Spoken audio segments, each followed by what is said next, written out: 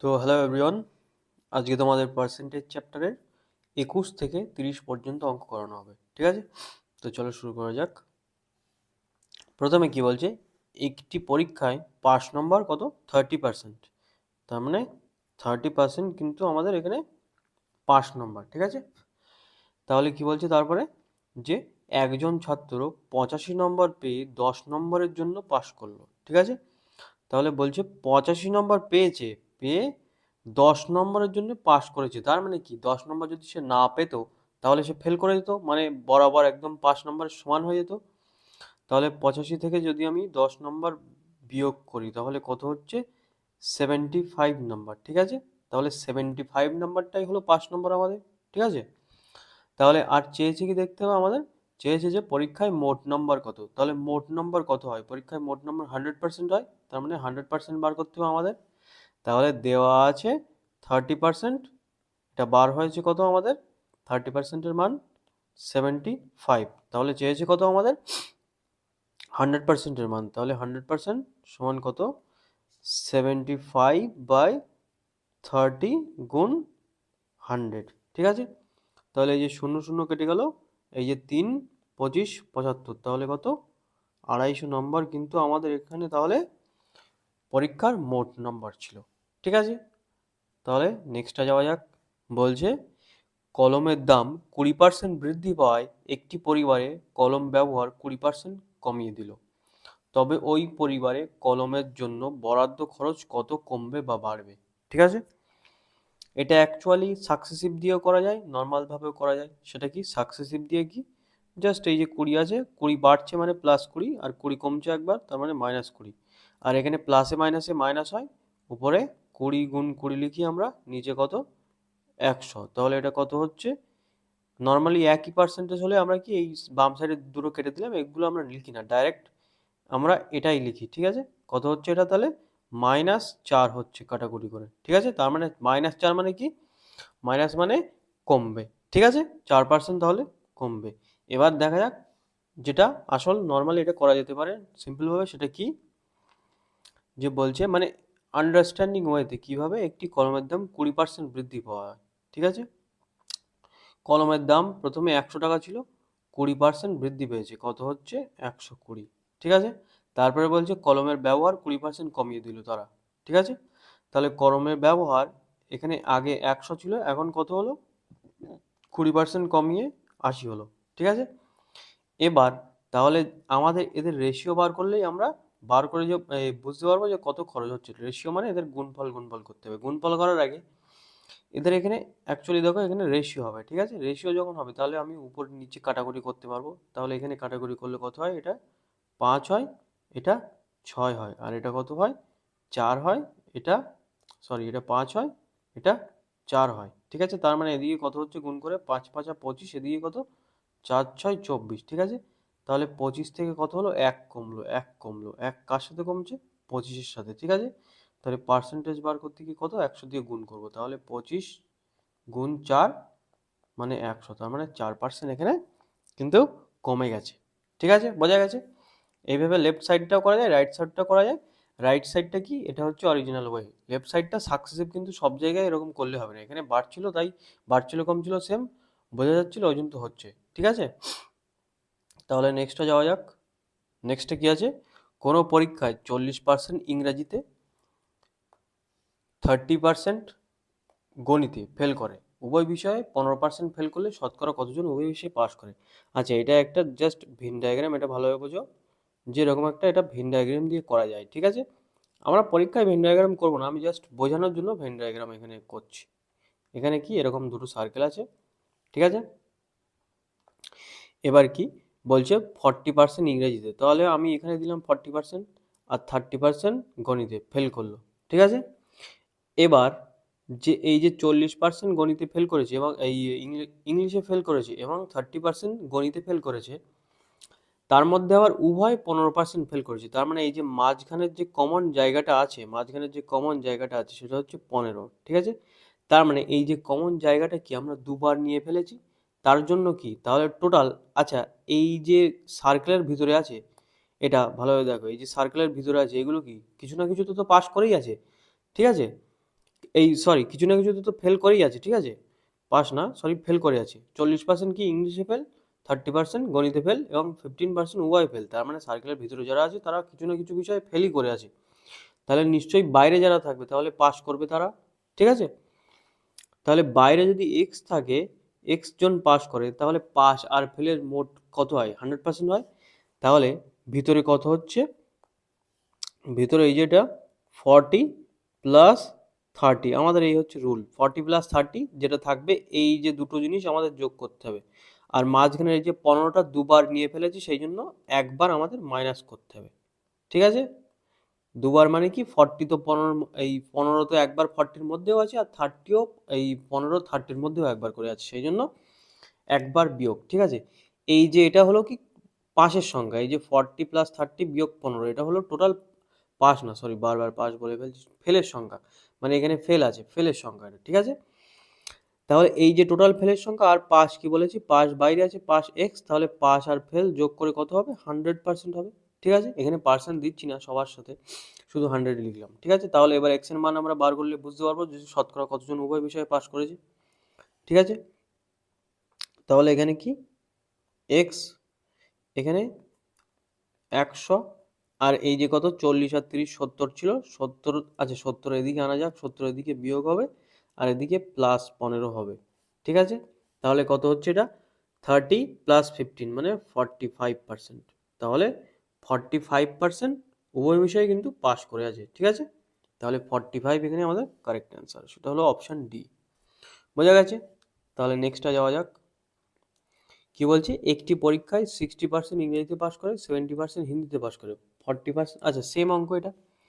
তাহলে এবার কি আমরা কি দেখবো, এবার আর ভেন ডায়াগ্রাম আঁকবো না, কি করে করবো, 60% ছাত্র ইংলিশে পাস করে, 70% হিন্দিতে পাস করে, তাহলে এদের দুটোর যোগফল 60+70। এবার দেখবো যদি উভয় বিষয়ে পাস করা থাকে তাহলে সেটা বিয়োগ হবে, তাহলে 40% উভয় বিষয়ে পাস আছে, তার মানে এটা বিয়োগ হয়ে গেল। তাহলে বাকি ফেলটা বাকি আছে, ফেলটা বাইরে এক্স থাকবে, এই যে সমান এটা 100% হবে, ঠিক আছে। তাহলে এক্সটা কি, এক্সটা হচ্ছে এখানে ফেল করা, সেটা কি উভয় বিষয়ে ফেল করার কেস, ঠিক আছে। তাহলে এখানে কত হচ্ছে, 7 13, 13 থেকে 4 বাদ দিলে 9, তার মানে এদিকে 90 হচ্ছে, প্লাস 90 প্লাস এক্স সমান 100। তাহলে এক্স সমান কত, 100 থেকে 90 বিয়োগ করলে 10, তার মানে 10% হচ্ছে আমাদের কি উভয় বিষয়ে ফেল করবে, তার মানে অপশান এ হলো কারেক্ট অ্যান্সার, ঠিক আছে। তাহলে নেক্সটটা যাওয়া যাক। এখানে কি বলছে, একটি শহরের জনসংখ্যা প্রতি বছর 8% করে বৃদ্ধি পায়। তাহলে 2020 সালে এত জনসংখ্যা হলে 22 সালে জনসংখ্যা কত ছিল, ঠিক আছে। আচ্ছা দেখো, 22 সালে প্রতি বছর 8% করে বৃদ্ধি পাচ্ছে, ঠিক আছে। তার মানে 22 সালে অ্যাকচুয়ালি পার্সেন্টেজ কত পার্সেন্ট বৃদ্ধি পাবে, 8+8 প্লাস সাকসেসিভ 8 গুণ 8 বাই 100, তার মানে কত হচ্ছে 8 আর 8 16, আর এদিকে 64, তার মানে 16.64, ঠিক আছে।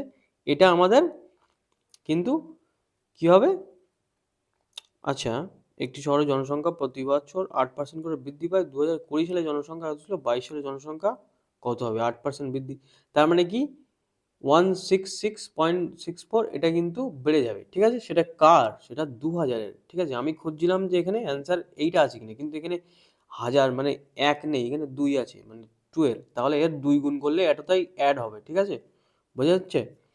তাহলে এর যদি আমি 2 গুণ করি, ঠিক আছে, 2 গুণ করি এর সাথে কত, 16.64, 2 গুণ করলে কত হয়, 4 দুগুণ 8, 6 দুগুণ 12, 2, 6 দুগুণ 12, একে 13, 3, 2 একে 2 আর একে 3, মানে 33.28, ঠিক আছে। দেখো অপশান 2তে কিন্তু এরকম আছে, ঠিক আছে। আমরা এখানে কি করলাম, ব্যাপারটা এই অঙ্কটা অনেক রকমভাবে করা যায়।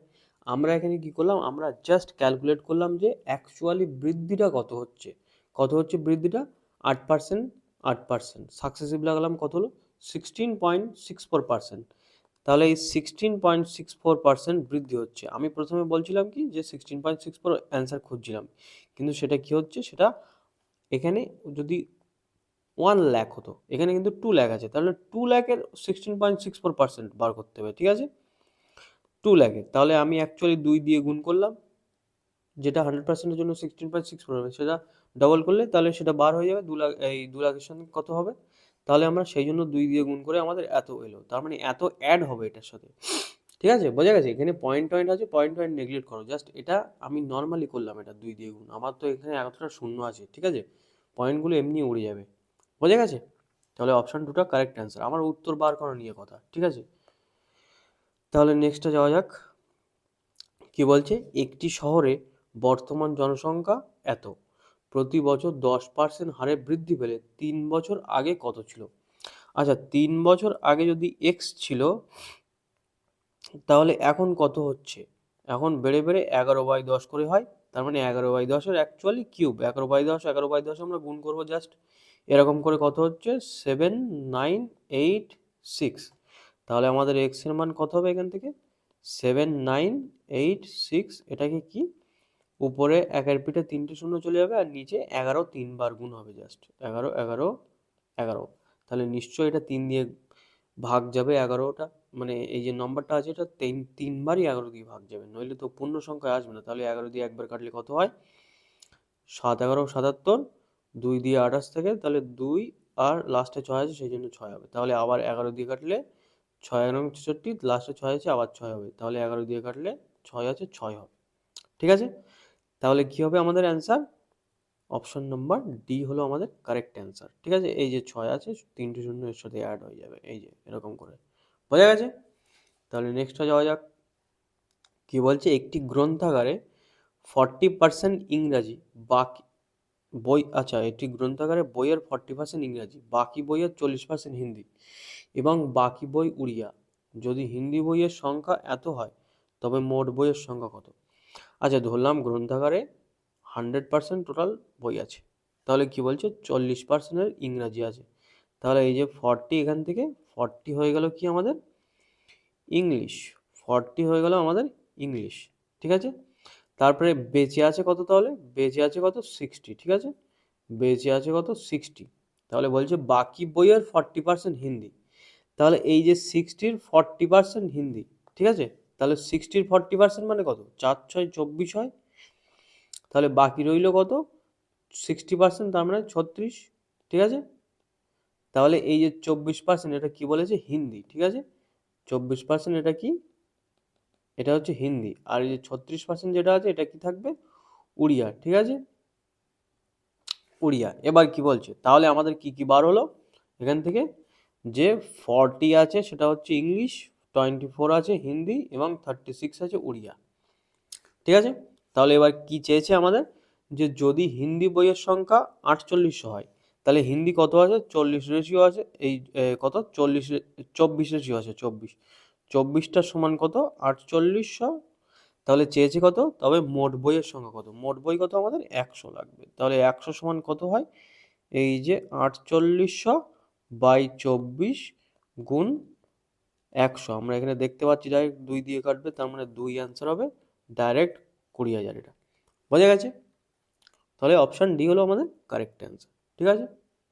তাহলে 28টা কি বলছে, ঘড়ির দাম 20% বেড়ে যাওয়ায় ঘড়ির বিক্রি 40% বেড়ে গেল, এর ফলে আয়ে কি প্রভাব বৃদ্ধি পেল? এটাও সাকসেসিভ হয়, ঠিক আছে, সেটা কি 20% কমে গেছে, মানে -20 প্লাস 40 বেড়ে গেছে, ঠিক আছে। তাহলে এখানে কত হবে? মাইনাসে মাইনাসে প্লাসে মাইনাস 40 গুণ 20 বাই কত? 100। এটা কত? 20 দিয়ে কাটলে 5, এটা কত? 8। তার মানে এখানে কত হচ্ছে?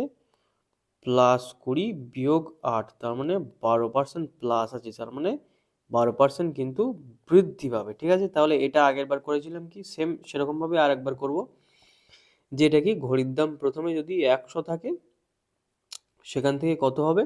20% কমে গেছে, তার মানে কত হয়েছে? 80 হয়েছে, ঠিক আছে। আর কত হয়েছে? বিক্রি, বিক্রি আগে 100 ছিল, এখন কত হয়েছে? 40% বেড়েছে, তার মানে 140। তাহলে এদের রেশিও কত? কাটাকুটি করতে হবে, 100 দিয়ে কত? 5, এটাকে কত? 4, এটাকে কত? 5, এটাকে কত? 7, তাহলে কত হয়? 5 5 25, 4 7 কত? 28, ঠিক আছে। তাহলে বেড়েছে কত? 3 বেড়েছে, কার সাপেক্ষে বেড়েছে? 25-এর সাপেক্ষে। পার্সেন্টেজ বার করতে হবে, 100 দিয়ে গুণ 25 100 4, তাহলে 3 4 12% বেড়ে গেছে, বোঝা গেছে? ঠিক আছে, তাহলে নেক্সটে যাওয়া যাক। নেক্সটে কি বলছে, কেরোসিনের মূল্য 30% বৃদ্ধি পায় কোনো পরিবারের ব্যবহার কমানো হলেও খরচ কিন্তু 4% বেড়ে যায়। এটা কিন্তু আমাদের সাকসেসিভ হতো, কিন্তু এই জিনিসটা এখানে ব্যবহার সেটাই চেয়েছে, ঠিক আছে? তাহলে বিপদ হয়ে যাবে ব্যাপারটা। তাহলে কি বলছে, কেরোসিনের মূল্য আমরা এই যে রেশিও বারবার বলছিলাম সেটা এবার কাজে লাগবে। কি বলেছে, 30% বৃদ্ধি পেয়েছে, তাহলে প্রথমে 100 ছিল, পরে কত হবে, 130 হবে। তারপরে কি বলছে, পরিবারে কেরোসিনের ব্যবহার কমানো হয়েছে, ঠিক আছে? তাহলে আমি ধরলাম কেরোসিনের ব্যবহার আগে 100 ছিল, এখন কমিয়ে কত, এক্স হয়েছে, ঠিক আছে? তাহলে এদের যে রেশিওটা হবে সেটা কি বলছে, খরচ 4% বেড়ে গেল, ঠিক আছে? তাহলে এদের যে রেশিওটা হবে, এদের যে রেশিও, সেটা এই যে 100:104, 4% বেড়েছে, তার জন্য 104, ঠিক আছে? এর সমান হবে।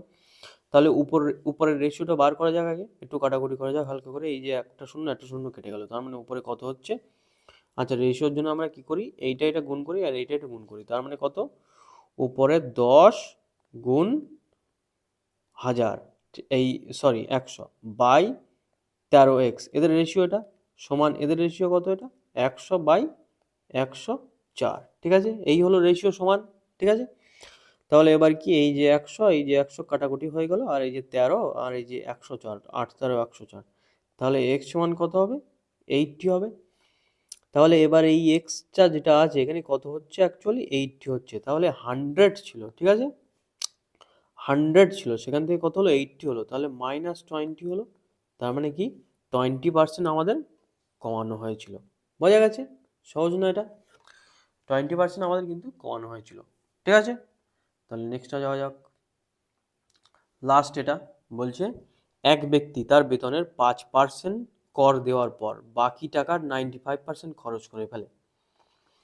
তাহলে সে ব্যক্তিটার যদি আমি ধরি যে টোটাল বেতন যদি, আচ্ছা টোটাল বেতনই চেয়েছে, তার মোট বেতন কত, টোটাল বেতন 100 টাকা আছে, ঠিক আছে? তাহলে 5% সে ট্যাক্স দিয়ে দিয়েছে, কর দিয়ে দিয়েছে 5%, ঠিক আছে? তাহলে বাকি আছে কত, বাকি আছে 95 বাকি আছে, ঠিক আছে? এবার কি বলছে, দেওয়ার পর তার বাকি টাকা 95% খরচ করে দেয়, তার হাতে এখন 114 টাকা আছে। তাহলে এই যে 95 আছে, ঠিক আছে, এটার তো 95% সে খরচ করে দিয়েছে, তাই তো? তাহলে বেঁচে আছে কত, 95 এর 5% বেঁচে আছে, তার মানে কত, 95 ইন্টু 5/100, এই যে পার্সেন্টেজ, এটার মান কত, 114 টাকা, ঠিক আছে? তাহলে আমাদের চেয়েছে কত, 100-র মান কত, তাহলে 100-র মান হবে কত, কি করে করতে হয়, এখানে জাস্ট উল্টে দিতে হয়, 114 বাই, যেগুলো উপরে থাকবে সেগুলো নিচে, 95 আর 5 উপরে আছে, 95 আর 5 উপরে, আর উপরে 100 হয়ে যাবে, নিচে 100টা আছে, আর এই যে 100 আছে তার জন্য আর একটা 100 গুণ হবে, ঠিক আছে? তার জন্য আর একটা 100 গুণ হবে। তাহলে এবার আমরা করব কাটাকুটি, তাহলে কত হয়, এই যে 5, এই যে 20, 5 20 100, এই যে 5 দিয়ে করলে 5 19 95, 5 দিয়ে করলে 4, তাহলে 19 দিয়ে কাটলে 6 যায়, তাহলে এই যে 4 আর এই যে 6 আছে, 4 6 কত, 24, আর এই যে দুটো শূন্য আছে, এই যে দুটো শূন্য, তাহলে 2400 হলো আমাদের কারেক্ট অ্যান্সার, ঠিক আছে? তাহলে আশা করছি বোঝা গেছে মোটামুটি। নেক্সট ক্লাসে দেখা হবে তাহলে। চলো বাই, সুস্থ থাকো, ভালো থাকো।